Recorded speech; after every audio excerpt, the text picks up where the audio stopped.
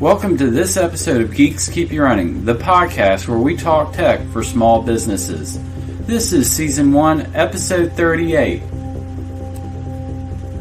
And I am your host today, Jonathan Beck, and I'd like to thank our sponsor, Piedmont Technical Experts, where they keep you running. Today's topic is a special one on cybersecurity and basic cyber hygiene. It's called the CIS Compliance Framework. Why do we want to talk about the CIS framework? Well, recently, regulators have been taking companies to court over lax security practices and misleading clients and investors over hacking and other data breaches. These court cases have involved everyone from business owners all the way down to IT techs. This long-winded explanation goes to the why we're talking about CIS today. Changes that you can expect in the marketplace and practices you should implement to protect yourself, not just from an attack, but from a potential lawsuit as well. CIS is short for Center for Internet Security, and they set a base of security controls that are prioritized set of actions or practices and standards that mitigate most cybersecurity attacks. The CIS framework consists of 18 major components. Some are going to be tech-related, and some are going to be human-related, and others are going to be company policy-related.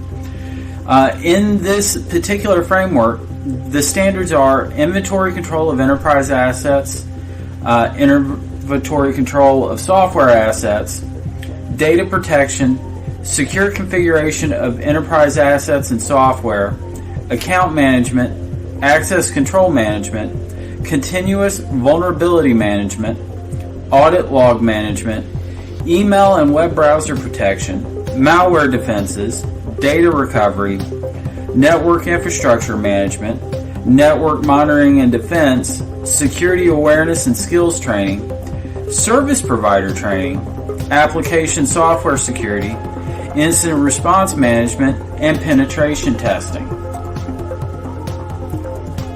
So does this mean I need every single piece of what I just said to be compliant with the CIS framework? Well, in an ideal world, yes it does. In reality, maybe or maybe not. Let's talk about compensating controls. What is a compensating control? A compensating control is something you're doing to mitigate a standard you are failing in order to get a pass on the check. An example would be is if you had an old piece of software to run a specific piece of hardware, but that software was only written for Windows XP, and upgrading that software would be cost prohibitive. A compensating control might be to disconnect that computer from the network or isolate it on its own network with no internet access.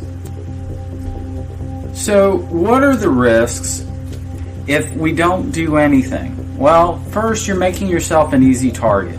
Second, you may be opening your clients up to being compromised. Third, you probably are going to open yourself up to be fined by regulatory agencies. And finally, you may open yourself up to lawsuits. Just recently, SolarWinds just settled a lawsuit, and it wasn't just the company that got sued, so did the executives and some of the IT personnel. So does this apply to my small business? Well, yes, it does. Cybersecurity is something that applies to every business of every size. Last year, about 60% of all cybercrime occurred in the SMB market. You are not too small to be a statistic or a victim.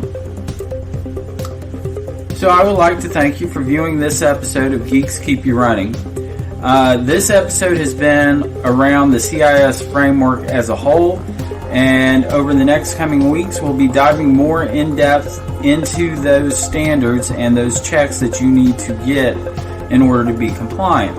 We'd like to thank our sponsor, Piedmont Technical Experts, and remember, cybersecurity is for everyone, and no one is immune to cybercrime.